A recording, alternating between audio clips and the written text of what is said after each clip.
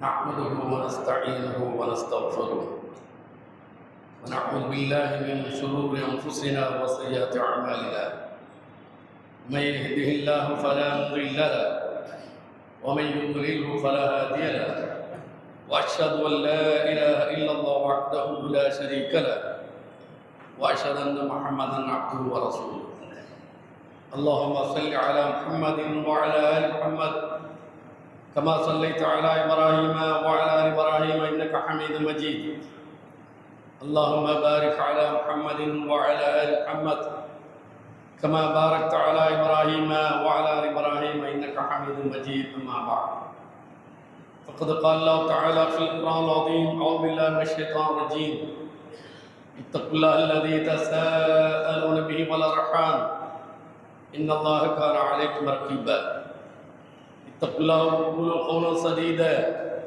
يصلح لكم أعمالكم ويغفر لكم ذنوبكم ومن يطع الله ورسوله فقد فاز فوزا عظيما اتقوا الله حق تقاته ولا تموتن إلا وأنتم مسلمون يا أيها الذين آمنوا كلوا من طيبات ما رزقناكم واشكروا لله إن كنتم إياه تعبدون واعلموا أنما أموالكم وأولادكم فتنة وأن الله عنده أجر عظيم. கண்ணியத்துக்குரிய எல்லாம் அல்ல அல்லாஹ்வின் நல்லடியார்களே, அல்லாஹ்வுடைய பேரருளால் அல்லாஹ்வுடைய மார்க்கத்தை அறிந்துவதற்காக அல்லாஹ்வுடைய ஆலயம் மஸ்ஜித் முபாரக்கில் ஜும்மா முன்னிட்டு நாம் அமர்ந்திருக்கிறோம். இந்த வாய்ப்பை வழங்கிய இல்லமல்ல அல்லாஹ்வுக்கு அனைத்துக்கும் உண்டாட்டுமா. அல்லாஹ் சுப்ஹானஹு வ தஆலா அல் குர்ஆன் பல இடங்களில் சொல்லி காட்டுவதை மீண்டும் இங்கு நினைவூட்டிக் கொள்ள கடமைப்பட்டிருக்கிறேன். ஃபதக்கிர் ஃபஇன்ன ذிக்ரா தன்ஃபஉல் முஃமினீன். நபியை பார்த்து அல்லாஹ் சொல்லக்கூடிய வார்த்தை, நபியே நீங்கள் அறிவுரை கூறுங்கள். ஃபஇன்ன ذிக்ரா தன்ஃபஉல் முஃமினீன். இந்த அறிவுரை நம்பிக்கையுள்ளவர்களுக்கு பலன் தரும். அல்லாஹ்வுடைய தூதருக்கு அல்லாஹ் இட்ட கட்டளை. ஏன் அல்லாஹ்வுடைய தூதர் அவர்கள் எதிர்கொண்ட சமூகம், அவர்கள் பிரச்சாரத்தை முன்னெடுத்துக் கொண்ட அந்த சமூகம் எல்லாம் அறிவாளிகள் அல்ல, எல்லாம் படித்த மேதைகள் அல்ல, பண்பட்டவர்கள் அல்ல, காட்டுமிராணித்தனமாக தங்களுடைய வாழ்க்கையை அமைத்துக் கொண்டவர்கள். ஆதலால் அவர்களுக்கு சொல்லிக்கொண்டே இருக்க வேண்டும், அறிவுரை கூறிக்கொண்டே இருக்க வேண்டும்.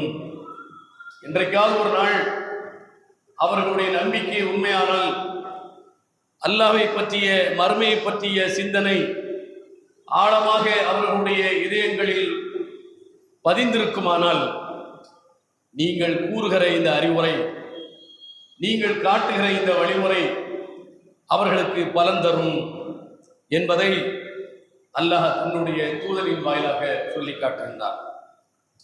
அதைத்தான் இங்கு நானும் உங்களுக்கு எனக்கும் நான் சொல்லிக்கொள்ள கடமைப்பட்டிருக்கிறேன். நபிகள் நாயகம் ஸல்லல்லாஹு அலைஹி வஸல்லம் அவர்கள் பெண்களுக்கான அறிவுரைகளை வழிகாட்டுதல்களை சொல்கிற போது அவர்கள் சொல்லி காட்டுவதை பல உரைகளில் கேட்டிருக்கிறோம். இஸ்தௌசு பின் நிசாய் ஹைரா. பெண்களுக்கு நீங்கள் அறிவுரையை வலியுறுத்திக் கொண்டே இருங்கள், நல்லதை அவர்களுக்கு வலியுறுத்திக் கொண்டே இருங்கள் என்று நபிகள் நாயகம் ஸல்லல்லாஹு அலைஹி வஸல்லம் அவர்கள் சொல்கிறார்கள். அந்த ஹதீஸை ஆரம்பிக்கிற போதும் இந்த வார்த்தையை கொண்டே ஆரம்பிக்கிறார்கள், அந்த ஹதீஸை முடிக்கிற போதும் இந்த வார்த்தை கொண்டே முடிக்கின்றார்கள். காரணம், இன்னஹுன்ன குலிக்ன மின் நிலா வ இன்ன அவஜ மா ஃபில் நிலா அலாஹு. அந்த பெண்கள் ஆணுடைய விலாயிலிருந்து படைக்கப்பட்டிருக்கின்றாள். இருக்கிற மனிதனுடைய விலா எலும்பில் ஆக கோணலானது உயரத்தில் இருக்கக்கூடிய அந்த விலா எலும்புதான். எனவே அவள் கோணல் புத்தி உள்ளவளாகத்தான் இருப்பாள், ஆக கோணல் புத்தி உள்ளவளாக இருப்பாள். அதை நீங்கள் நேராக்க நினைத்தால் அந்த எலும்பு முறிந்து போகும். அவளை நீங்கள் சரியாக வழிநடத்த வேண்டும், 100க்கு 100 அவளை சரிப்படுத்த வேண்டும் என்று நினைத்தால் உங்களுக்கும் அவளுக்கும் இடையிலான அந்த முறிவு அது தலாக்குதான். கசுருஹா தலாக்குஹா என்று நபி அவர்கள் சொன்னார்கள். இங்கு எலும்பு முறிவு ஏற்படாது, இங்கு வாழ்க்கை முறிவே ஏற்படும் நபி அவர்கள் சொல்கிறார்கள். இப்படி சொல்லிவிட்டு தான் சொன்னார்கள், பெண்களுக்கு நீங்கள் நல்லதை வலியுறுத்தி கொண்டே இருங்கள். அதைத்தான் தமிழ் மொழியில் சொல்வார்கள், அடிக்க அடிக்க அம்மியும் நகரும் என்று. ஒவ்வொரு அடிக்கும் ஒரு அசைவு, அந்த நிச்சயமாக பலம் வாய்ந்த அந்த அம்மிக்கு ஒரு நகர்வு இருக்கும். அதே போன்றுதான் இன்றைய உரையில் நான் உங்களுக்கு சில செய்திகளை நான் குறிப்பிட்டு காட்ட கடமைப்பட்டிருக்கிறேன். சொல்லிக்கொண்டே இருக்க வேண்டியிருக்கிறது. நாம் கடந்த 30 ஆண்டுகளாக இந்த சமூகத்திற்கு சொல்லக்கூடிய செய்தி, அல்லாஹ்வுடைய வேதம் என்ன சொல்கிறது, நபி அவர்களுடைய கூற்று வழிகாட்டுதல் என்ன நமக்கு சொல்லித் தருகிறது என்பதை நாம் சொல்லிக்கொண்டே இருக்கிறோம். போகிற போக்கில் அதையெல்லாம் மறந்துவிட்டு வாழ்கிற ஒரு சமூகமாக இந்த சமூகம் இன்றைக்கு மாறிக்கொண்டிருக்கிறது. ஏதோ எப்படியோ வாழ்ந்து விடலாம் என்று ஒரு மனநிலையில் இன்றைக்கு இந்த மனித சமூகம் போய்கொண்டிருக்கிறது.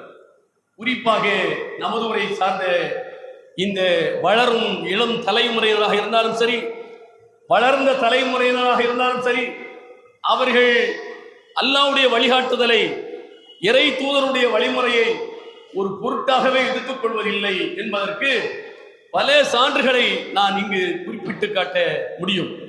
ஆனாலும் ஒரு சில செய்திகளை பல கட்டங்களில் பல தொடர் உரைகளில் சொன்னவைகளைத்தான் இங்கு நான் மீண்டும் நினைவுற கடமைப்பட்டிருக்கிறேன். நபியே, நீங்கள் அறிவுரை கூறுங்கள், அந்த அறிவுரை நம்பிக்கையாளர்களுக்கு பலன் தரும் என்ற அந்த அடிப்படையில் 2ஆம் அத்தியாயம் 172ஆம் வசனத்தில் அல்லாஹ் குறிப்பிடுகிறார், யா அய்யுஹல்லதீன ஆமனு குலூ மின் தய்யிபாத் மா ரஸக்னாக்கும் வஷ்குரு லில்லாஹ் இன் குன்தும் இய்யாஹு தஅபுதூன். நம்பிக்கையாளர்களே, நாம் வழங்கியதில் நல்லதை மட்டும் நீங்கள் உண்ணுங்கள். நாம் உங்களுக்கு இந்த உலகில், இந்த பிரபஞ்சத்தில் அத்தனையுமே வழங்கியிருக்கிறோம். அதில் நல்லதும் இருக்கிறது, கெட்டதும் இருக்கிறது. நல்லதை மட்டுமே நீங்கள் குலு உண்ணுங்கள். வஷ்குரு லில்லாஹ், அல்லாஹ்வுக்கு நன்றி செலுத்துங்கள். இன் குன்தும் இய்யாஹு தஅபுதூன், நீங்கள் அவனை வணங்கக்கூடியவர்களாக இருந்தால், அவனை மட்டுமே நீங்கள் வழிபாடு செய்யக்கூடியவர்களாக இருந்தால், சுருங்க சொன்னால் லா இலாஹ இல்லல்லாஹ் முஹம்மதுர் ரசூலுல்லாஹ் என்று சொன்னது உண்மையானால், நீங்கள் நான் வழங்கியதில் நல்லதை மட்டுமே சாப்பிடுங்கள், அதற்கு அல்லாஹ்வுக்காக நன்றி செலுத்துங்கள் என்று அல்லாஹ் சொல்கிறார். ஏன்? வாலமு அன்னமா அம்பாலுக்கும் அவுலாதுக்கும் ஃபித்னா, நீங்கள் விளங்கிக் கொள்ளுங்கள், அறிந்து கொள்ளுங்கள், உங்களுக்கு தரப்பட்டிருக்கிற இந்த அம்வால், இந்த செல்வம், இந்த சொத்து, இந்த சுகம், உங்களுக்கு தரப்பட்டிருக்கிற குழந்தை பாக்கியம் அத்தனையும் ஃபித்னா என்று அல்லாஹ் சொல்கிறார். எல்லாம் சோதனைக்காக, சோதித்து பார்ப்பதற்காக, சோதனை களமாகத்தான் இந்த வாழ்வாதாரத்தை, வளத்தை, உங்களுக்கான குடும்ப பாரம்பரியத்தை எல்லாமே நாம் தந்திருக்கிறோம். இன்னல்லாஹ இன்தஹு அஜ்ருன் அதீம், அல்லாஹ்விடத்தில் தான் மகத்தான கூலி இருக்கிறது. இவைகளெல்லாம் நிரந்தரமானவை அல்ல. உலகத்தில் கோடிகள் பெற்றிருக்கிறவனும் சரி, அல்லது குழந்தை பாக்கியங்களை அடைந்திருக்கின்றவனும் சரி, இதெல்லாம் சிறந்ததல்ல, நிரந்தரம் அல்ல. அல்லாஹ்விடத்தில் இருப்பதுதான் சிறந்தது, அவனிடத்தில் இருப்பதுதான் சிறந்த கூலி என்று அல்லாஹ் சுப்ஹானஹு வ தஆலா சொல்லி காட்டுகிறார். ஆதலால் நாம் வழங்கியதில் எது நல்லது என்பதை தெரிந்து அதை நீங்கள் சாப்பிடுங்கள். அல்லாஹ் வழங்கியதில் கெட்டதை நீங்கள் சாப்பிடாதீர்கள், பயன்படுத்தாதீர்கள், அனுபவிக்காதீர்கள் என்று அல்லாஹ் இந்த வசனத்திலே சொல்கிறான். நபிகள் நாயகம் ஸல்லல்லாஹு அலைஹி வஸல்லம் அவர்களும் அதே வார்த்தையில் பேசுவதை அகமதிலே பார்க்கிறோம். காப் இப்னு இயாத் ரலியல்லாஹு அன்ஹு அவர்கள் சொல்கிறார்கள், சமீஅத்து ரசூலுல்லாஹி ஸல்லல்லாஹு அலைஹி வஸல்லம் யகூல் இன்னலி குல்லி உம்மத்தின் ஃபித்னா, ஒவ்வொரு சமுதாயத்துக்கும் ஒரு சோதனை என்பது உண்டு. நபிகள் நாயகம் ஸல்லல்லாஹு அலைஹி வஸல்லம் வருகைக்கு முன்னர் ஆதம் அலைஹிஸ்ஸலாமிலிருந்து எத்தனையோ சமூகம் இந்த உலகில் படைக்கப்பட்டு வாழ்ந்து மறைந்து போயிருக்கின்றன. அந்த ஒவ்வொரு சமுதாயத்திற்கும் சமுதாய ரீதியாக ஒரு சோதனையாக அல்லாஹ் ஒவ்வொன்றே வழங்கியிருப்பான். தனிநபர் சோதிக்கப்படுவதை இங்கு அல்லாஹ் குறிப்பிடவில்லை, நபி அவர்கள் குறிப்பிடவில்லை. ஒரு சமூகமே சோதிக்கப்படக்கூடிய ஒன்று இருக்கிறது. இந்த சமூகத்தினுடைய சோதனையாக இருப்பது, இந்த சமுதாயத்தினுடைய சோதனையாக இருப்பது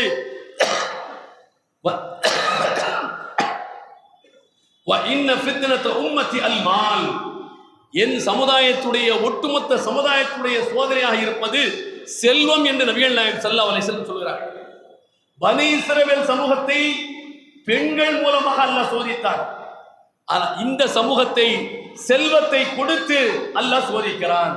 செல்வத்தால் பொருளாதாரத்தால் இந்த சமூகம் சோதிக்கப்படக்கூடிய ஒரு சமூகமாக இருக்கிறது. ஆதலால் நீங்கள் எச்சரிக்கையாக இருக்க வேண்டும். அல்லாஹ் தருகிறான் என்று சொன்னால், அல்லாஹ் நமக்கு வானத்தை புலந்து கொட்டுகிறான் என்று சொன்னால், ஆஹா ஏதோ ஒன்று நடக்கப் போகிறது என்ற எச்சரிக்கையோடு நீங்கள் இருக்க வேண்டும் என்பதற்குத்தான் நபிகள் நாயகம் ஸல்லல்லாஹு அலைஹி வஸல்லம் அவர்கள் இதை சொல்லி காட்டுகிறார்கள். அப்ப நமக்கு செல்வம் வேண்டும், பொருளாதாரம் வேண்டும். பொருளாதாரத்தை இஸ்லாம் பழிக்கவில்லை, தூற்றவில்லை. பொருளாதாரம் என்பது ஒரு மனிதன் அவன் செய்யக்கூடிய வழிபாடுகளில், அவன் செய்யக்கூடிய மற்ற நல்லறங்களில் அதிகமான பங்களிப்பு செய்யக்கூடியது இந்த பொருளாதாரம் தான். பிற சமுதாயத்தில், பிற சித்தாந்தத்தில் சொல்லப்பட்டிருப்பதை போல முற்றும் துறந்த முனிவராக இருந்தால் மட்டும்தான் இறை நெருக்கத்தை பெற முடியும் என்று இந்த இஸ்லாம் சொல்லவே இல்லை. இஸ்லாம் என்பது பொருளாதாரத்தை தேருங்கள். இதா குதியத்தி ஸலா ஃபந்தஷிரு ஃபில் அர்த் வப்தகு மின் ஃபத்லில்லாஹ், தொழுகை முடிக்கப்பட்டால் பூமியில் பறந்து விரிந்து செல்லுங்கள். அல்லாஹ் உங்களுக்கு எதை விதித்திருக்கிறான் அந்த செல்வத்தை தேடிக்கொள்ளுங்கள் என்று அல்லாஹ் சொல்கிறார். அல்லாஹ் செல்வத்தை தேடுவதை ஹராமாகவோ அது ஏற்கப்படக்கூடிய ஏற்கப்படக்கூடாதாகவோ அல்லாஹ் வெறுக்கக்கூடியதாக சொல்லவில்லை. செல்வம் வேண்டும், ஆனால் அந்த செல்வம் பேராசைக்குரியதாக இருந்துவிடக்கூடாது. அல்ஹாக்குமுத் தகாசுர் ஹத்தா ஸுர்துமுல் மகாபிர். அல்லாஹ் சொல்கிறான், அதிகம் செல்வத்தை தேட வேண்டும் என்கிற பேராசை, நப்பாசை உங்களை அழித்து நாசமாக்கி விட வேண்டாம். ஹத்தா ஸுர்துமுல் மகாபிர், புதைகுழியை சந்திக்கும் வரை இந்த பேராசை இருந்து விடக்கூடாது. ஆசை வேண்டும், பேராசையை அல்லாஹ் பழிக்கின்றான். பேராசை மனிதனுக்கு இருக்கக்கூடாது, குறிப்பாக ஒரு முஸ்லிமுக்கு இருக்கக்கூடாது. ஏன்? பேராசை பெருநஷ்டமாகிவிடும், அது நம்மை அழித்து நரக படுகொலியில் கொண்டு போய் தள்ளிவிடும் என்பதற்காக முன்னெச்சரிக்கையாக அல்லாஹ் இதையெல்லாம் நமக்கு சொல்லித் தருகிறான். அந்த அடிப்படையில் ஒரு சில வியாபாரங்கள் இன்றைக்கு பல முறை பல்வேறு வடிவம் பெறக்கூடியவைகளை இங்கு நாம் குறிப்பிட்டு கோடிட்டு காட்டியிருக்கிறோம். மறுமை நம்பிக்கை உண்மையானால், நாம் மறுமை நம்பிக்கையது நிஜமானால், நாம் ஈட்டுகிற அந்த துறை, பொருளாதாரத்தை தேடுகிற அந்த துறை அனுமதிக்கப்பட்ட துறையாக இருக்க வேண்டும். இஸ்லாம் காட்டிய அடிப்படையில் உள்ள ஒரு துறையாக இருக்க வேண்டும். அல்லாஹ் சுப்ஹானஹு வ தஆலா வியாபாரத்தின் அடிப்படையில் உங்களுக்கு பொருள் ஹலாலாக்கப்பட்டிருக்கிறது. திஜாரத்தன் தர்லௌன மின்கும், உங்களுக்கு மத்தியில் நீங்கள் வியாபாரம் செய்வதன் மூலம் நீங்கள் பொருந்திக் கொள்ளக்கூடிய பொருளாதாரத்தை கைமாற்றிக் கொள்ளலாம். என் ஜெய்பில் இருக்கிற இந்த பொருள், இந்த ரூபாய் உங்களிடத்தில் பொருளாக இருக்கிறது, விற்பனை செய்யப்படக்கூடிய பொருளாக இருக்கிறது. ஆனால் உங்களிடத்தில் பணம் இல்லை, கரன்சி இல்லை, நோட் இல்லை. அப்போ உங்களுக்கு நோட்டு தேவை. உங்கள் கையில் இருக்கிற பொருளை விற்பதன் மூலம் என் ஜெய்பில் இருக்கிற அந்த நோட்டை நீங்கள் அடைய முடியும். இப்படி வியாபாரம் செய்து நீங்கள் பொருளை தேடிக்கொள்ளுங்கள், பொருளாதாரத்தை சேர்த்துக் கொள்ளுங்கள். அந்த வியாபாரம் அது அனுமதிக்கப்பட்ட வியாபாரம் இருக்க வேண்டும். இஸ்லாம் காட்டிய அடிப்படையில் அந்த வியாபாரம் இருக்க வேண்டும். பொருளாதாரத்தை எப்படியும் திரட்டலாம் என்றால் அது இஸ்லாம் அனுமதிக்கக்கூடிய ஒன்றாக இருக்காது. அதற்கு அல்லாஹ்விடத்தில் நிச்சயமாக கேள்வி இருக்கிறது. இது வியாபாரத்தில் மட்டும் அனுமதிக்கப்பட்ட வழியில் பொருளை திரட்டுவது என்பது அல்ல. எந்த வகையில் நமக்கு பொருள் வந்தாலும் அந்த பொருளாதாரத்தை நாம் எப்படி அடைகிறோம், எப்படி திரட்டுகிறோம், சேர்க்கிறோம் என்கிற ஒரு கேள்வி அது நம் கைக்கு வருவதற்கு முன்னர் நம் கண் முன் நிற்க வேண்டும். ஏன்? நம்முடைய வழிபாடுகள், நம்முடைய இன்னபிற காரியங்கள் இவைகளெல்லாம் அல்லாஹ்வால் அங்கீகரிக்கப்பட வேண்டும் என்று சொன்னால் அது ஹலாலான முறையில் இருக்க வேண்டும். ஹராமான முறையில் இருக்கும் என்று சொன்னால் நீங்கள் கோடி கோடியாக கொட்டி அல்லாஹ்வுக்காக எந்த வழிபாடு செய்தாலும் அல்லாஹ் அந்த வழிபாட்டை ஒரு இம்மி அளவுக்கு கூட அதை ஏற்க போவதே இல்லை. அல்லாஹ் ஹபா அம் மன்சூரா என்று அல்லாஹ் குர்ஆனில் குறிப்பிடுகிறார். அவர்கள் மலை போல் அமல்களை செய்திருந்தார்கள், ஆனால் அல்லாஹ் மறுமையில் போய் பார்க்கிற போது பரத்தப்பட்ட புழுதிகளாகவே அல்லாஹ் ஆக்கிவிட்டான். அவர்கள் தேடிய அந்த நன்மைகள் அத்தனையும் புழுதிகளாக காட்சி அளிக்கின்றன.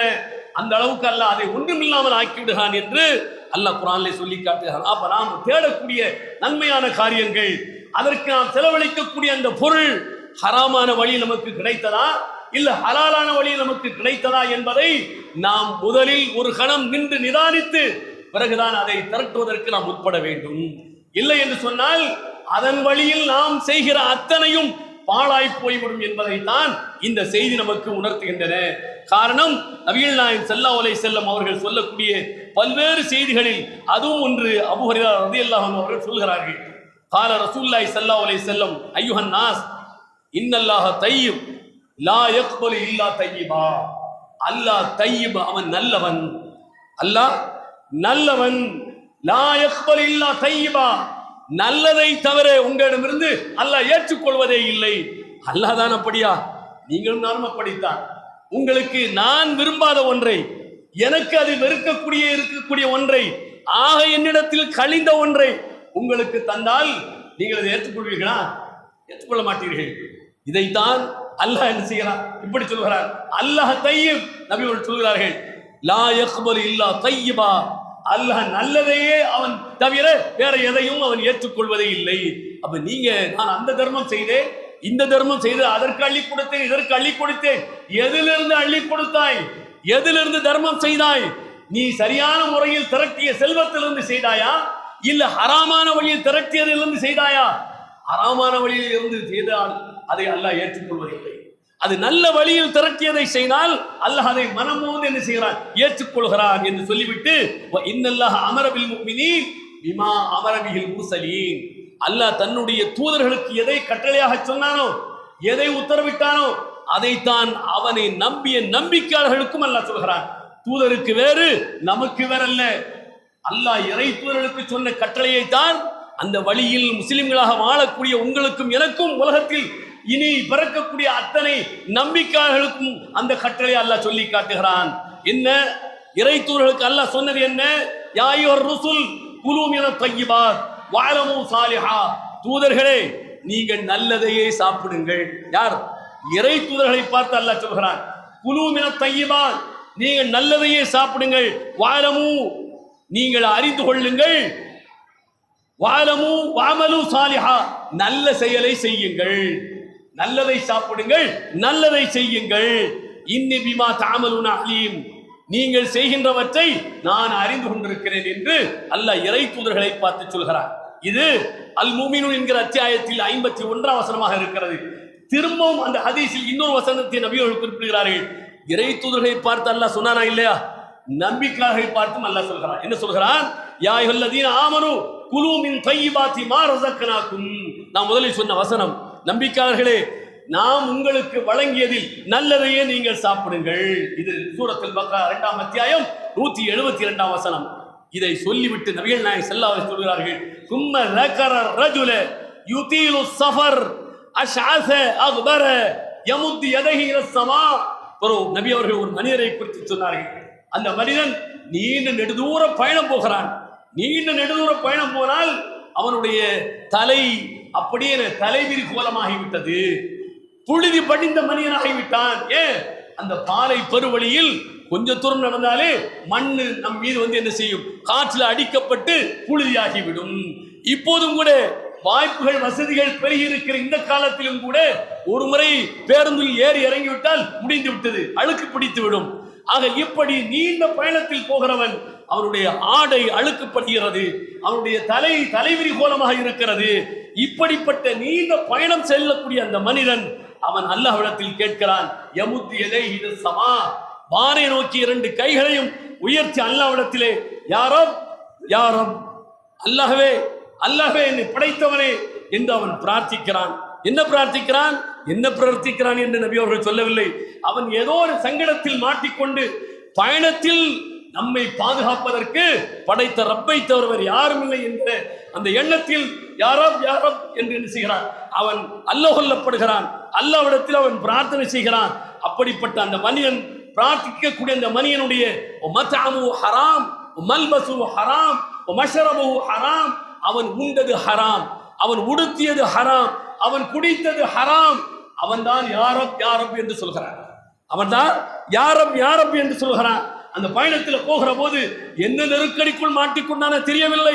ஆனால் அவனை காப்பாற்றுவதற்கு வேறு நாதியே இல்லை அல்லாஹ்வை தவிர. ஆதலால் கையேந்துகிறான். கையேந்தக்கூடிய அந்த மனிதன் அவன் உடம்பில் ஓடிக்கொண்டிருக்கிற அந்த உணவு மூலம் அவனுக்கு கிடைக்கக்கூடிய சக்தி அத்தனையும் ஹராம், உடுக்கி இருப்பது ஹராம், குடித்தது ஹராம் என்று சொல்லிவிட்டு அன்னா யுஸ்தஜாபுலி தாலி, இப்படி இருக்க இவனுடைய பிரார்த்தனையை அல்லாஹ் எங்கே ஏற்றுக்கொள்வான்? அத்தனையும் ஹராமா இருக்கிறது. அவன் உண்டது ஹராம், உடுத்தியது ஹராம், எல்லா இளவும் ஹராமா இருக்கிறது. எங்கே இவனுடைய பிரார்த்தனை எல்லாம் ஏற்றுக்கொள்வான் என்று நபிகள் நாயகம் ஸல்லல்லாஹு அலைஹி வஸல்லம் சொல்கிறார்கள். முஸ்லிமிலே 1844 ஹதீஸா இடம்பெற்றிருக்கிறது. நபிகள் நாயகம் ஸல்லல்லாஹு அலைஹி வஸல்லம் பாருங்கள், நாம என்ன செய்தாலும் அதை உந்து சக்தியாக ஒரு மனிதனுக்கு இருப்பது அவன் உண்ணக்கூடிய உணவு, உடுத்தி இருக்கிற உடை, அவன் தாகத்தை தணிக்கிற தண்ணீர், குடிநீர், இதெல்லாம் தான் இவன் செய்யக்கூடிய வழிபாட்டுக்கு துணை நிற்கிறது.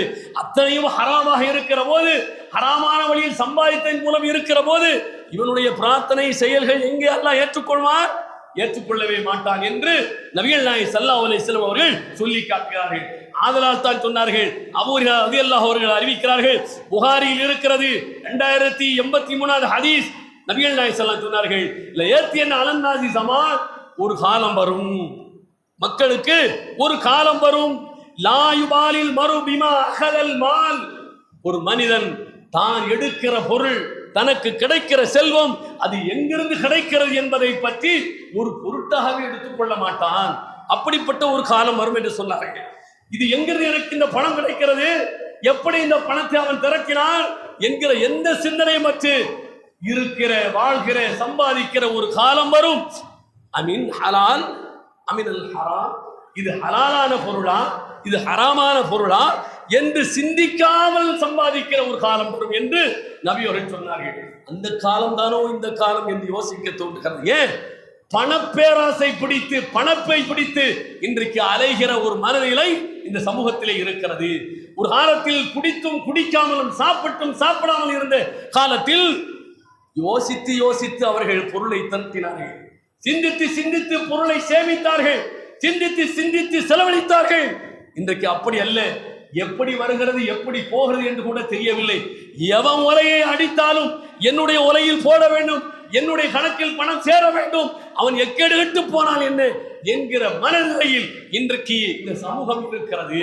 இந்த சமூகத்தினுடைய பொருளாதாரத்தை சுரண்டுவதற்கு பல்வேறு பேனர்களில் வந்து போய்கொண்டே இருக்கிறார்கள்.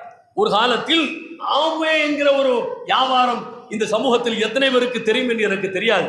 ஆனால் நகர்ப்புறங்களில் ஆம்வே என்கிற அந்த மல்டி லெவல் பிசினஸ் என்று, எம்எல்எம் பிசினஸ் என்று, மல்டி லெவல் மார்க்கெட்டிங், சங்கிலி தொடர் வியாபாரம் என்று ஒரு வியாபாரம் நடைமுறையில் இருந்தது. அதை பார்த்து அது அமெரிக்கா கம்பெனி, அதை பார்த்து இந்தியாவில் மோடி கேர் என்று, இந்த மோடி இல்ல, மோடி கேர்னு ஒரு கம்பெனியை ஆரம்பித்தார்கள். அதை பார்த்து அஜந்தா அப்படின்னு சொல்லி ஒரு கம்பெனி, இதெல்லாம் கொடிகட்டி பறந்து அவன் காரி சுருட்டி கொண்டு போய்விட்டான். அதற்கு பிறகு சின்ன சின்ன இடங்களில், சின்ன சின்ன ஊர்களில் அந்த லெவலுக்கு அந்த ஊர் மக்களை எந்த அளவுக்கு மூடத்தனத்தை அவர் முதலீடாக கொள்வதற்கு முடியுமோ அந்த அளவுக்கு முதலீடாக அவர்கள் கொண்டார்கள். அது அதோடு போய்விட்டது. அதற்கு பிறகு பெரிய அளவுக்கு என்ன ஒரு வியாபாரம் நடந்து கடைநல்லூர்ல இருந்து கிட்டத்தட்ட 300 கோடி ரூபாயை அபேஸ் வண்டி விட்டு போய்விட்டார்கள், அள்ளி கொண்டு போய்விட்டார்கள். நியூ மேக்ஸ் சென்ட்ரிக் என்கிற இந்த பெயரில் வியாபாரம், அது ஹலாலான வியாபாரம், அதில் எங்களுக்கு லாபம் கிடைக்கும் மாசம் மாசம் 10 லட்சம் ரூபாயை கொடுத்தால் எங்களுக்கு 20,000 கிடைக்கும், 25,000 கிடைக்கும் என்று 10 லட்சத்தை வாங்கி முதல் 3 மாதம் 20,000 சொலைய அப்படின்னு வந்துருச்சு பேங்க்ல. அதற்கு ஏகப்பட்ட புரோக்கர் நம்ம ஊர்லயே, அதற்கு ஏகப்பட்ட புரோக்கர் பெண்கள். வீட்டுக்காரன் வெளிநாட்டில் இருக்கிறான், அவன் கஷ்டப்பட்டு மாடாய் ஓடாய் தேய்ந்து சம்பாதிக்கிறான்.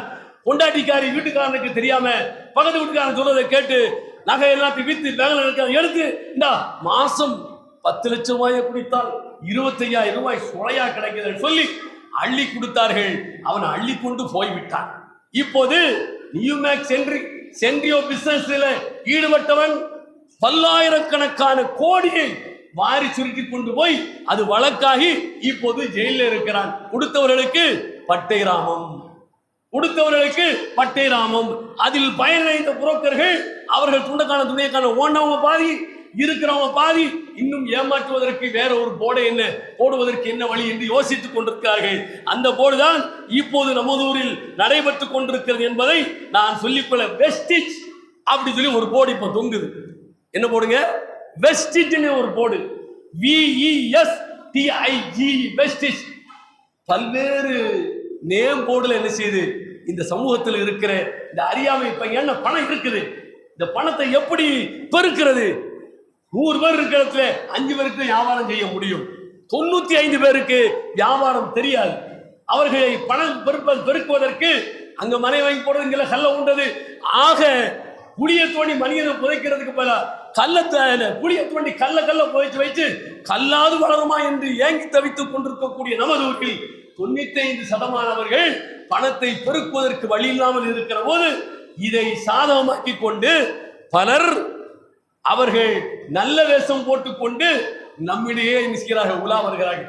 வெஸ்டிஜ் என்கிற மல்டி லெவல் மார்க்கெட்டிங், சங்கிலி தொடர் வியாபாரம். ஒரு ஆளை பிடிச்சாச்சு வைங்க, நீ 10 பேரை பிடிச்சா உனக்கு இவ்வளவு கிடைக்கும், நீ ஒரு 10 பேரை பிடிச்சா உனக்கு இவ்வளவு கிடைக்கும். முதல்ல ஒருத்தன் பிடிக்கிறான் பாருங்க, அவனுக்கு நவீன நாயகர் சொன்னாங்க, நான் ஒரு நன்மையை செய்தால் நான் செய்த எனக்கு என்று அந்த நன்மைக்கான கூலி உண்டு. அந்த நன்மையை நான் முதலில் செய்து காட்டியிருக்கிறேன். இதை பார்த்து செய்யக்கூடிய ஒருவனுக்கு அவனுக்கான கூலியும் உண்டு. நான் முன்மாதிரியாக இருந்ததற்கு எனக்கும் அதில் பங்குண்டு என்கிற மாதிரி. இப்ப இந்த வெஸ்டிஜ் வியாபாரத்துல நீ ஒரு ஆளை பிடிச்சேன்னு வையே, உனக்கு நீ போட்ட முதலுக்கு லாபம் கிடைக்கும். நீ ஒரு ஆளை பிடிச்சிருந்ததுக்கு உனக்கு லாபம் கிடைக்கும். அவன் 10 பேரை பிடிச்சான், அவனுக்கு கிடைக்கிற லாபத்துல உனக்கு பங்கு கிடைக்கும். அந்த 10 பேரு இன்னும் 10 பேர் 100 பேரை பிடிச்சான், அவனுக்கு கிடைக்கிற லாபத்துல உனக்கு பங்கு கிடைக்கும் என்று இப்படி ஏமாற்று, பிராடு, மோசடித்தனம், உள்ளமாரித்தனம் செய்து பொருளை திரட்டுகிற போக்கு இந்த சமூகத்தில் இருக்கிறது. எப்படி பொருள் திரட்டுகிறோம், எப்படி செலவழிக்கிறோம் என்பது நமக்கு நாளை மறுமையில் அல்லாஹ்விடத்தில் கேள்வி இருக்கிறது. இந்த கேள்விக்கான விடையை சொல்லாமல் நம் பாதங்கள் நகராது. 4இல் 1 கேள்வி, எப்படி சம்பாதித்தாய், எப்படி செலவழித்தாய்? நபிகள் நாயகம் ஸல்லல்லாஹு அலைஹி வஸல்லம் சொல்கிறார்கள், எப்படி சம்பாதித்தாய், எப்படி செலவழித்தாய்? இந்த கேள்விக்கு விடை சொல்லியே ஆக வேண்டும். விடை சொல்லாமல் இங்கும் அங்கும் கால் நகராது என்று நபிகள் நாயகம் ஸல்லல்லாஹு அலைஹி வஸல்லம் சொல்லி காட்டுகிறார்கள். எனவே எப்படியும் பொருள் திரட்டலாம், எவன் ஒலையை அடிச்சு என்ன சிலம்ப வாயில போடலாம். ஆனால் இறப்பு என்பது நிச்சயம், எழுப்பப்படுவது நிச்சயம், அல்லாஹ்வால் விசாரிக்கப்படும் நிச்சயம். அந்த நிச்சயம் உண்மையானால் நீங்கள் எப்படி சம்பாதிக்கிறீர்கள், எப்படி செலவழிக்கிறீர்கள் என்பதை ஒரு கணம் யோசித்து பாருங்கள். இந்த உலகில் வாழ்ந்து விட்டு போகலாம், ஆனால் மறுமை வாழ்க்கை நிரந்தரமானது. யூதர்கள் சொன்னால் லன் தமஸ்ஸனன் நாரு இல்லா அய்யாம் மாதுதா என்று சொன்னார்கள். என்ன சொன்னார்கள்? இத்தக்கும் நார். நபி அவங்க சொன்னாங்க, நரகத்தை பயந்து கொள்ளுங்கள். அந்த மக்களுக்கு சொன்னார்கள், நரகம் இருக்கிறது, நரகத்தை பயந்து கொள்ளுங்கள். முஹம்மத், நாங்கள் அல்லாஹ்வுக்கு ரொம்ப அணுக்கமானவர்கள், நாங்கள் அல்லாஹ்வுடைய பிள்ளைகள், அல்லாஹ்வுடைய நேசத்திற்கும் பாசத்துக்கும் உரியவர்கள். யார்? யூதர்கள் சொன்னார்கள். ஏன் தெரியுமா? எங்களை அல்லாஹ் நெருப்பில் போட்டாலும் லன் தமஸ்ஸன் நார் இல்லா அய்யாம் மாதுதா, சில மணி துளிகள், சில நாட்கள், அதுக்கப்புறம் நாங்கள் தப்பிச்சு வந்துருவோம். ஏன்? அவனுக்கு விருப்பத்துக்குரியவர்களை நெருப்பில் போட்டு பொசிக்கு கரிய வைப்பானா? செய்யவே மாட்டார். அந்த மனநிலை நமக்கு இருக்குமானால் மாற்றிக்கொள்ளுங்கள். அது பரம்பரையாக வரக்கூடிய சொத்தாக இருந்தாலும், தம்பிக்காரன் அடிச்சு அண்ணக்காரன் போடுறது, அண்ணக்காரன் அடிச்சு தம்பிக்காரன் போடுறது என்கிற இந்த சொத்தாக இருந்தாலும் அதில் நமக்குரிய உரிமை என்ன, நமக்கு வர வேண்டியது என்ன என்று பார்த்து அதை நீங்கள் எடுக்க கடமைப்பட்டிருக்கின்றீர்கள். சொத்து என்பது மனிதனுக்கு கிடைக்கும் வரும் போம் லிகைலா யகூன அலன்னாஸி தூலத்தன் பைனல் அக்னியாஇ மின்கும் என்று அல்லாஹ் சொல்கிறார். பணம் என்பது அது ஒரு சக்கரம், அது மால். அல்லாஹ் அதற்கு வார்த்தையை பயன்படுத்துவது மால் என்று சொல்கிறான். மால் என்றால் மாலை என்றால் சாய்கிறது என்று பொருள். மாலை என்றால் சாய்கிறது என்று பொருள். சாய்ந்து கொண்டே இருக்கும். நேற்று பணக்காரன் இன்றைக்கு ஏழை ஆவான், இன்றைக்கு ஏழை நாளை பணக்காரன் ஆவான். சக்கரம் சுழண்டு கொண்டே இருக்கும், வாழ்க்கை சக்கரம் சுழண்டு கொண்டே இருக்கும். பணக்காரனாகவே இருந்து போவான் என்றல்ல, பல தலைமுறைகளை நீங்களும் பார்த்திருப்பீர்கள், பல தலைமுறை வாழ்ந்து கட்ட சமூகத்தை பார்த்திருப்பீர்கள். எனவே அல்லாஹ்விடத்தில் மட்டும்தான் நிரந்தரமான நமக்கு வாழ்வு இருக்கிறது. அது உண்மையை நம்புவீர்கள் என்று சொன்னால், நம் கையில் இருப்பது என்ன, நாம் திரட்டுவது என்ன, நாம் செலவழிப்பது என்ன என்பதை யோசித்து பாருங்கள். எப்படி திரட்ட வேண்டும், எப்படி செலவழிக்க வேண்டும் என்பதை எண்ணி பார்த்து நீங்கள் திரட்ட வேண்டும், செலவழிக்க வேண்டும். அத்தகையவர்களாக அல்லாஹ் உங்களையும் என்னை மாய்க்கிறவனாக. வாகிறது அல்ஹம்துலில்லாஹி ரப்பில் ஆலமீன்.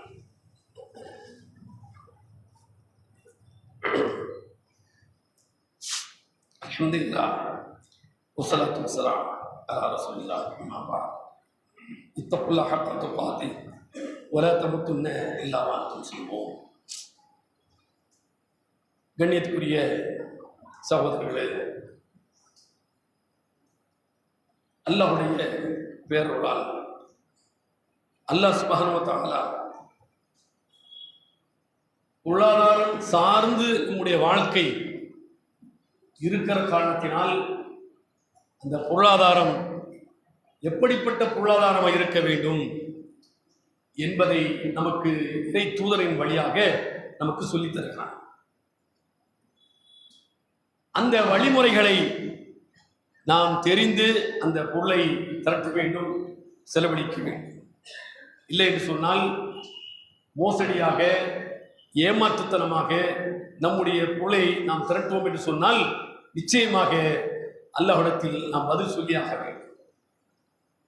பொருளை திரட்டுவதற்கான வழிமுறைகள், பல்வேறு வழிமுறைகள் இருக்கிறது. இந்த மக்களுடைய அறியாமையை பயன்படுத்தி பொருளை திரட்டுவது என்று ஒரு வகை இருக்கிறது. ஏமாற்று, மோசடி என்று கூட எடுத்துக்கொள்ளலாம். அல்லது வெவ்வேறு பெயர்களை சூட்டி பொருளை திரட்டுவது என்று கூட என்ன செய்யலாம், எடுத்துக்கொள்ளலாம். பேரை பார்க்கிற போது, ஆஹா இது ஒரு நல்ல அழகான ஒரு கம்பெனியாக இருக்கிறது, அழகான பேரா இருக்கிறது, இது நல்ல வியாபாரமாக இருக்கிறது என்று அதில் அந்த வலையில் விழக்கூடியவர்கள் ஏராளம் இருக்கிறார்கள். நபிகள் நாயகம் ஸல்லல்லாஹு அலைஹி வஸல்லம் அவர்கள் காலத்தில் இது யூதர்களுடைய, இன்றைக்கு புதிதாக உழைத்தவர்கள் யூதர்கள் நபியுடைய காலத்திலே இருக்கிறார்கள். அதற்கு முன்பு இருந்தவர்கள் தான் நபியுடைய காலத்திலும் இருக்கிறார்கள். அவர்களுடைய கைங்கரியம் தான் இன்றைக்கு எல்லா இடங்களிலும் வேறுபட்டு வளர்ந்திருக்கிறது. அதனால் தான் உலகம் இன்றைக்கு திக்குமுக்காடி கொண்டிருக்கிறது. எந்த தொழிலை எடுத்துக்கொண்டாலும் வட்டி இல்லாமல் தொழில் செய்ய முடியாது என்கிற நிலையை உருவாக்கி இருக்கிறார்கள். எப்படி உங்களிடத்தில் பொருளாதாரத்தை சுருட்டுவது என்ற அந்த நரித்தனம் அவர்களிடத்தில் இருக்கிறது. ஆதலால் நாம் எச்சரிக்கையாக இருக்க வேண்டும். நபிகள் நாயகம் சொல்கிறார்கள், சமய ரசூலுல்லாஹி ஸல்லல்லாஹு அலைஹி வஸல்லம் யகூல் லா யஷ்ரபன்ன நாஸ் மின் உம்மத்தில் ஹம்ர் யுஸம்மூனஹா பிகைரி இஸ்மிஹா. நாளை மறுமை நாளை பற்றி பல்வேறு சந்தர்ப்பங்கள் நாம் குறிப்பிட்டிருக்கிறோம். பகிரங்கமாக மது அருந்தப்படும் என்று சொல்றாங்க. பகிரங்கமாக மது அருந்தப்படும். இங்க சாராய கடை மாதிரி பக்கத்துக்கு இப்ப என்ன சாராய கடை வந்துருச்சு. ஒரு காலத்துல ஊருக்கு ஒதுக்குப்புறத்துல என்ன செய்யும், சாராய கடை இருக்கும், கள்ளு கடை இருக்கும். அங்க போயிட்டு வர்றோம், முக்காடு போட்டு தான் வருவான். ஊருக்கு வெளியிலே மல்லாக்க படுத்துட்டு நல்ல மயக்கம் தெரிஞ்சதுக்கு அப்புறம் ஊருக்குள்ளே என்ன செய்வோம், வருவோம். இப்ப அப்படி இல்லை. சாயா குடிச்சவனும் சாராயம் குடிச்சவனும் ரெண்டு பேரும் சேர்ந்து என்ன செய்றாங்க, வர்றாங்க. ஏன் பக்கத்துல என்ன பிடிக்கிற மாதிரி ரெண்டுமே இருக்கு. சாராயம் குடிச்சானா சாயா குடிச்சானா யாருக்குமே தெரியல. அந்த அளவுக்கு இன்றைக்கு மாறி போய் இருக்கிறது. இதுவும் மறுமை நாளுக்கான அடையாளம் தான். நபிகள் நாயகம் அது குறித்து சொல்கிறார்கள், லா யஷ்ரபன்ன நாசு மின் உம்மத்தில் ஹம், இந்த சமூகத்தில் மக்கள் ஹம்ரை பருகுவார்கள், சாராயத்தை குடிப்பார்கள். குடித்துவிட்டு அதற்கு பெயர் சொல்லுவார்கள். குடிப்பது சாராயம், ஆனால் அதற்கு பேர் என்ன? வேற பேர். அப்படித்தான் பண்ணுவது வியாபாரம், அதற்கு பேர் என்ன? வேற பேர். ஆக இப்படி பணம் திரட்டுவதற்கு என்ன உண்டோ அதை செய்வார்கள். நோக்கம் பேராசை, பணம் திரட்ட வேண்டும் என்கிற பேராசை. ஆதலால் நோக்கம் குடிப்பது, எப்படியோ குடித்தாக வேண்டும், அதற்கு ஏதோ ஒரு பெயரை வைத்துக் கொள்ள வேண்டும். சாராயம் இருந்தால் தானே குடிக்க கூடாது, வேறு ஒரு பெயரை குடித்தால் அது ஹராம் என்று ஹலாலாய் விடுமா அல்லவா என்று நபிகள் நாயகம் சொல்கிறார்கள். இது அபூதாவில் 3203 ஹதீஸாக இருக்கிறது. நபிகள் நாயகம் ஸல்லல்லாஹு அலைஹி வஸல்லம் சொன்னார்கள், என்ன சொன்னார்கள்? ஒரு தோழர் நபியிடத்தில் வந்து, அல்லாஹ்வின் தூதரே, நான் வியாபாரத்தில் ஏமாற்றப்படுகிறேன் என்று சொன்னார்கள். அப்ப அவர் ஒரு அப்பாவித்தனமாக, வெள்ளந்தியாக, இதுல எது சரி, இது தவறு, எது தப்பு, எது என்று எதிர்பார்த்து உரசி பார்த்து அவருக்கு வியாபாரம் செய்ய தெரியல. எப்படி அவர் நினைச்சாங்க, ஏமாத்தி வியாபாரம் பண்ணிட்டு போயிடுறாங்க. இப்படி நான் ஏமாற்றப்படுகிறேன் வியாபாரத்தில் என்று நபிகள் நாயகம் ஸல்லல்லாஹு அலைஹி வஸல்லம் இடத்தில் அந்த மனிதர் வந்து சொன்னார். நபிகள் நாயகம் சொன்னாங்க, வியாபாரத்தில் ஏமாற்றக்கூடாது என்று சொல்லி நீ வியாபாரம் பண்ணு. உன்னிடத்தில் யாராவது வந்தால், பொருளை வாங்க வந்தால், வாங்குற இடத்துல வியாபாரத்தை ஏமாற்றக்கூடாது ரசூலுல்லாஹ் சொன்னாங்க அப்படி சொல்லிட்டு நீ என்ன செய், வியாபாரம் பண்ணு. அவன் கொஞ்சம் யோசிப்பான், ஐயோ நாம இந்த ஆளை ஏமாத்துறோமா இல்லை நாம ஒழுங்காக வியாபாரம் பண்றோமா என்றவன் யோசித்து என்ன செய்வான், அவன் உன்னிடத்தில் வியாபாரம் செய்வான். அவன் வெள்ளந்தியாக ஒரு பொருளுடைய தரம் குறித்து தெரியாமல் சின்ன பையன் கொடுத்து ஒரு 10 கிராம் செயினை வேண்டுமான்னு சொல்லி நம்ம சொல்லுவோமா? அந்த சின்ன பையன் போறான், போய் நகைக்கடையில் போய் ஒரு 10 கிராம் செயினை தாங்குறான். நகைக்கடையில் உள்ளவங்க அங்க இருக்கிற தங்க செயினுக்கு பதிலாக அவர்கள் கவரிங்கை தூக்கி கொடுக்கலாமா? கவா, நீ யாரு, இவ்வளவு தொகையை கொண்டு வந்திருக்க, நீ என்ன வாங்க வந்திருக்க, இது தங்கமா அல்லது இது வந்து கவரிங்கா அப்படி உனக்கு தெரியுமா? போய் வீட்டில் போய் ஆளை கூப்பிடுவா என்று என்ன செய்ய வேண்டும், சொல்ல வேண்டும். ஏன், இந்த சிறுவனுக்கு எது தங்கம் எது தங்கம் இல்லாத, அதாவது கவரிங் என்று அந்த சிறுவனுக்கு தெரியாது. அதே போன்று மெமரி லாஸ் ஆனவர்கள், வயதானவர்கள் இருப்பார்கள், ஒரு பொருளுடைய தரம் குறித்தவர்களுக்கு அறிய முடியாது. அவர்கள் வருவார்கள் வியாபாரம் செய்ய. நீங்க வாங்க, இது இந்த பொருள் என்ன, உங்களுக்கு இதை பத்தி தெரியுமா? எனக்கு தெரியாது. அப்ப என்ன செய்யணும், நீங்க இந்த பொருளை ஒன்றும் நீங்க வாங்கிட்டு போங்க, நான் சொன்ன மாதிரியான தரமா இல்லையா என்பதை வீட்டில் உள்ளவங்க பார்த்து சரின்னு சொன்னா நீங்க வச்சுக்கிடுங்க, இல்ல தரம் இல்லைன்னு சொன்னா கொண்டு வந்துருங்க, திருப்பி நான் வாங்கிடுறேன் என்று சொல்லி வியாபாரம் ஏமாற்றக்கூடாது. வியாபாரத்தில் நபிகள் நாயகம் ஸல்லல்லாஹு சொல்றாங்க, லா யுக்தா ஃபில் பை என்று சொல்கிறார்கள், வியாபாரத்தில் ஏமாற்றப்படக்கூடாது. இவ்வளவு தெளிவாக, இவ்வளவு அதாவது பகிரங்கமாக, பட்டவர்த்தனமாக, வெளிப்படையாக என்னுடைய பொருள், என்னுடைய கரன்சி உங்களுக்கு, உங்களிடம் இருக்கிற பொருளுக்கு பகரமாக வந்து சேர வேண்டும் என்று சொன்னால் ஏமாற்று வழியில் வந்து சேரக்கூடாது. எத்தனையோ வழிமுறைகள், அன்றைய காலத்தில் இருந்து எத்தனையோ வழிமுறைகளை நபிகள் நாயகம் ஸல்லல்லாஹு அலைஹி வஸல்லம் சொல்லி சொல்லி அந்த மக்களுக்கு என்ன செய்றாங்க, பொருள் திரட்டுவதற்கான ஆகுமான வழியை சொல்லி கொடுக்கிறார்கள். குளத்தில் இருக்கிற மீனை நான் விற்பனை செய்கிறேன். குளத்துல மீன் இருக்கா, தவளை இருக்கா, பாம்பு இருக்கா, பல்லி இருக்கா, என்ன தெரியும்? மீனை பிடித்து கையில் காட்ட வேண்டும், இது மீன், இது பாம்பு, இது தவளை, இது அது, இது இந்த மீன், இந்த விலை என்று சொல்ல வேண்டும். கல்லெறிந்து வியாபாரம் செய்வார்கள்.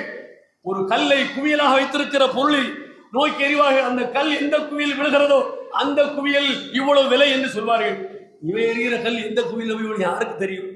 வாங்குறவனுக்கு தெரியுமா? விற்கிறவனுக்கு தான் தெரியுமா? தெரியாது. ஆக இப்படியெல்லாம் நபிகள் நாயகம் இது கூடாது என்று சொன்னார்கள். இப்படியெல்லாம் பொருள் திரட்டக்கூடாது என்று சொல்கிற போது வெஸ்டிஜ் என்பதை பற்றி யாருக்கு தெரியும்? ஆம்வே பற்றி யாருக்கு தெரியும்? மோடிக்கரை பற்றி யாருக்கு தெரியும்? அஜெண்டாவை பற்றி யாருக்கு தெரியும்? சென்ட்ரியோவை பற்றி யாருக்கு தெரியும்? நியூமேக்ஸை பற்றி யாருக்கு தெரியும்? தெரிந்ததெல்லாம் எங்களுக்கு ரெட்டிப்பாக பணம் பேங்குக்கு வர வேண்டும் என்பது மட்டும்தான் தெரியும். ஆக இப்படிப்பட்ட இந்த பொருள் திரட்டுதல் நிச்சயமாக நம்முடைய எதிர்காலத்தை பாழாக்கிவிடும். எச்சரிக்கையாக இருக்கணும் என்று கேட்டு நிறைவு செய்கிறேன். வாகனம்